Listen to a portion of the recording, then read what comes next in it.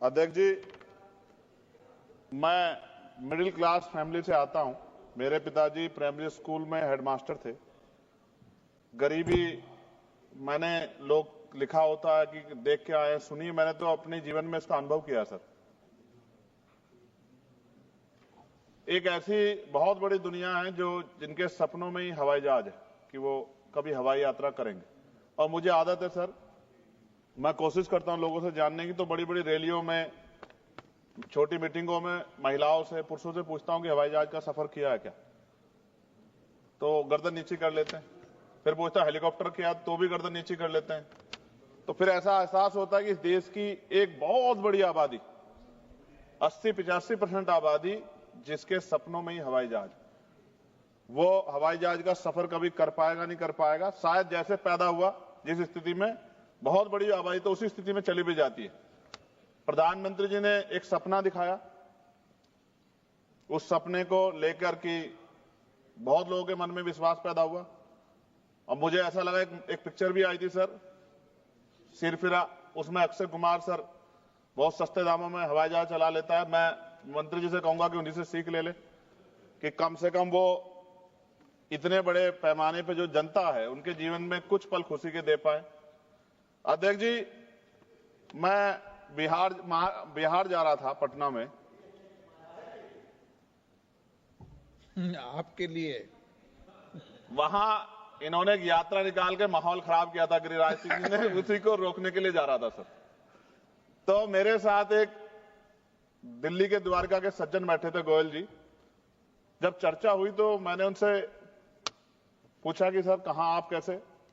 तो उन्होंने कहा हमें जाना तो कुंभ में था सर। मैं बिल्कुल स्पष्ट सच बात बताऊंगा सर, मैं राजनीति नहीं करता सब चीजों पे, मगर इसलिए नहीं जा पा रहे क्योंकि मेरी पत्नी जाना चाहती थी, मगर बजट में नहीं आ रहा है, हमारे बजट से बाहर हो रहा है। तो हमने कैंसिल कर दिया अपना प्रोग्राम। कहां पे? कुंभ जाने का। तो ट्रेन से चल जाते, हम भी तो ट्रेन से गए सर। ट्रेन में तो 7-7 घंटे का वो था, वेटिंग थी सर। आप तो यंग आदमी है, वो बुजुर्ग लोग कहां, रिटायर आदमी है सर, वो कहां से बेचारा करता। सर ये आप ही की सरकार में बताइए ना कि ट्रेन से जाना पड़ रहा है। आपको अपने ऊपर सोचना चाहिए भाई कि आप एमपी हैं और आपके परिवार के लोग बेचारे ट्रेन से जा रहे हैं। कौन सी वो वीआईपी कल्चर कहां गया सर? वो सब परेशान थे, तो मैंने आके यहां आवाज उठाई, मंत्री जी को पकड़ा। मंत्री जी खड़े बैठे यहां कि भैया आप तो यंग आदमी हो, तो रोको इसको, इससे गलत हो रहा है। और मैं धन्यवाद दूंगा कि इन्होंने तत्काल अगले ही दिन मैंने खबर पढ़ी कि हवाई किराए में जो कुंभ जा रहे थे प्रयागराज, उसमें 30-40% की कटौती की गई।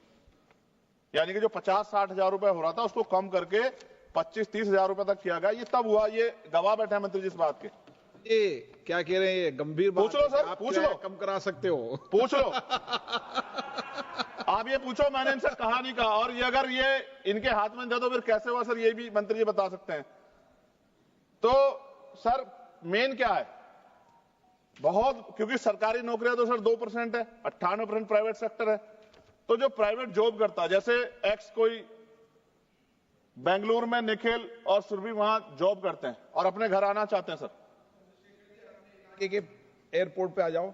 आ रहा हूं सर, आ रहा हूं सर, करवा दो मंत्री जी से कह के, तो बहुत आसान हो जाए सर। तो सर वो अगर आना चाहते हैं और उन्होंने अपने, क्योंकि जितनी सैलरी है, सैलरी रोज नहीं बढ़ रही है सर उनकी, तो उन्होंने बजट बनाया हुआ है। इस आने और जाने में अक्सर उनको बड़ी परेशानी का सामना करना पड़ता है। ये वो लोग हैं जो जिनकी संख्या बहुत ज्यादा है सर। फ्लाइट अगर लेट हो जाए तो कई घंटे आपको एयरपोर्ट पे इंतजार करना पड़ेगा। कई बार 2-2 फ्लाइट ले जाती, बैठने की व्यवस्था भी नहीं रहती। लेकिन अगर आप लेट हो जाओ 5 मिनट, तो फिर दूसरी फ्लाइट ढूंढो। उस समय में सर चाहे 3 घंटे हो, 4 घंटे हो, पानी का रेट सर 120, 200, 250 रुपए। जैसा आदमी वैसा पानी सर, जिसकी जितनी हैसियत है। अगर आपके बच्चे या परिवार है तो और परेशानी है सर, कोई पूछने वाला नहीं है सर। ये जो मैंने कल भी एक जवाब में जिस पे आपने कहा था, मंत्री जी को बोल दो, मंत्री जी एक वाटर कूलर भी एयरपोर्ट पे लगा दो, जरूरी थोड़ी बोतल का पानी पिए आदमी। ये अच्छी बात है सर, बहुत अच्छा सुझाव दिया आपने। पानी तो वैसे फ्री में मिलता है सर, हर एयरपोर्ट कहाँ पे। सर? ज्यादा कौन लोगों से को एयरपोर्ट पे सर? पता नहीं होता। बॉटल्ड वाटर नहीं, पीने का पानी तो मिलता है हर जगह पे, हर पीने का एयरपोर्ट पानी पे। क्या क्या बात बताई सर आपने? कौन, उसका नाम बता दो एयरपोर्ट का सर मुझे।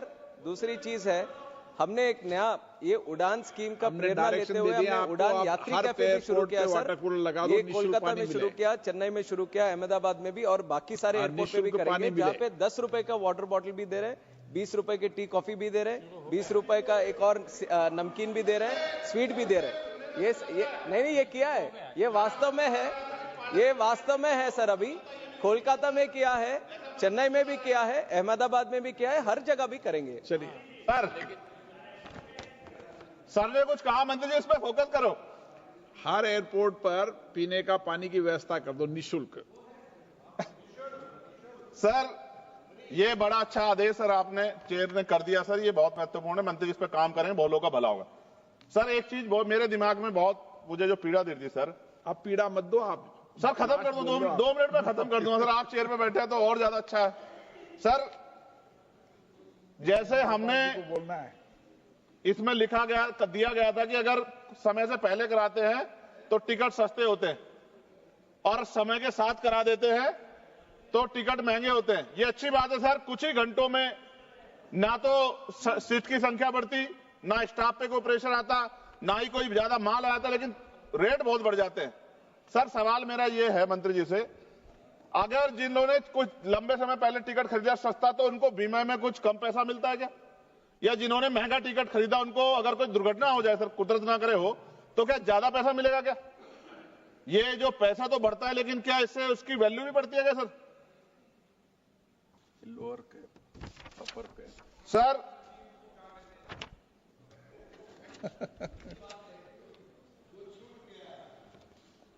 सर आपने कहा कि भाई ये जो है डिपेंड करता है सीजनलिटी, छुट्टियां, त्योहारों और प्रतिस्पर्धा पे। सर प्रतिस्पर्धा है कहां सर? हमने तो जो कुछ था उसका निजीकरण बेच के सब जीरो कर दिया सर। कुछ नॉमिनल शेयर अपने पास रखे। प्रतिस्पर्धा तब होगी जब गवर्नमेंट के 10-12 एयरलाइंस होगी अपनी। जब गवर्नमेंट की अपनी एयरलाइंस होगी तभी तो प्रतिस्पर्धा होगी। जब गवर्नमेंट की एयरलाइंस होगी तो कहां की प्रतिस्पर्धा?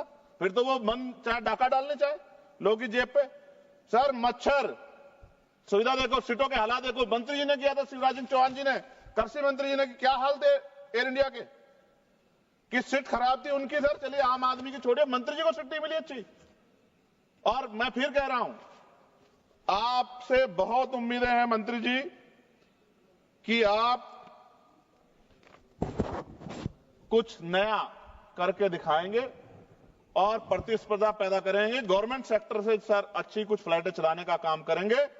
और मैंने आपसे मांग की है कि मेरे लोकसभा क्षेत्र नगीना में, वहां से मुंबई को से भी व्यापार होता है, दिल्ली से भी होता है, अरब कंट्री से भी होता है, लोग करते हैं सर। मेरी मांग है कि मेरे लोकसभा क्षेत्र नगीना में एक एयरपोर्ट आप बनाएं सर। वो एयरपोर्ट बनेगा तो मैं कहूंगा कि मंत्री जी ने बहुत अच्छा काम किया। नहीं बनेगा अध्यक्ष जी तो फिर मैं क्या कहूंगा कि एयरपोर्ट वहीं बनेगा जहां मंत्री चाहेंगे। और मंत्री जी किन की बात मानेंगे? आप मांग करते रहना सालों तक। मैं सालों साल इसलिए मांग करता रहूंगा अध्यक्ष जी कि जो लोग मुझे सुनते हैं उनको ये पता लगे कि सरकार सुनती शांति नहीं। सरकार मांग तो आदमी कर देता है, लेकिन सरकार ध्यान उनका रखती है जो उनके चहीते होते हैं। सरकार सबका ध्यान नहीं रखती। ये बात मेरे लोगों को पता लग जाए। थैंक यू सर एक आखिरी में खत्म कर 30 सेकंड में सर इसमें जो जॉब्स है सर, अब ये गाइडलाइन है सर सुप्रीम कोर्ट की और डीओपीटी की भी, 45 दिन से ज्यादा पे पक्की नौकरी। सर ये कहां है पक्की नौकरी? ये पक्की नौकरी में, क्योंकि पक्की नौकरी देते हुए SC ST OBC को रिजर्वेशन देना पड़ता है सर, तो इसलिए हजारों लोग जॉब कर रहे हैं सर एयरपोर्ट पे।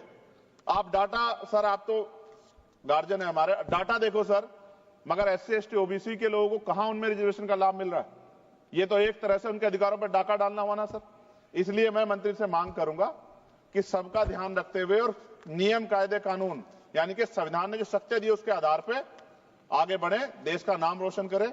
मैं आपका अध्यक्ष जी बहुत बहुत धन्यवाद करता हूं कि आपने मुझे मौका दिया। जय भीम। और ऐसी खबरें देखने के लिए सब्सक्राइब कीजिए हमारे YouTube चैनल को। वीडियो पसंद आए तो लाइक, कमेंट और शेयर जरूर कीजिए। शुक्रिया।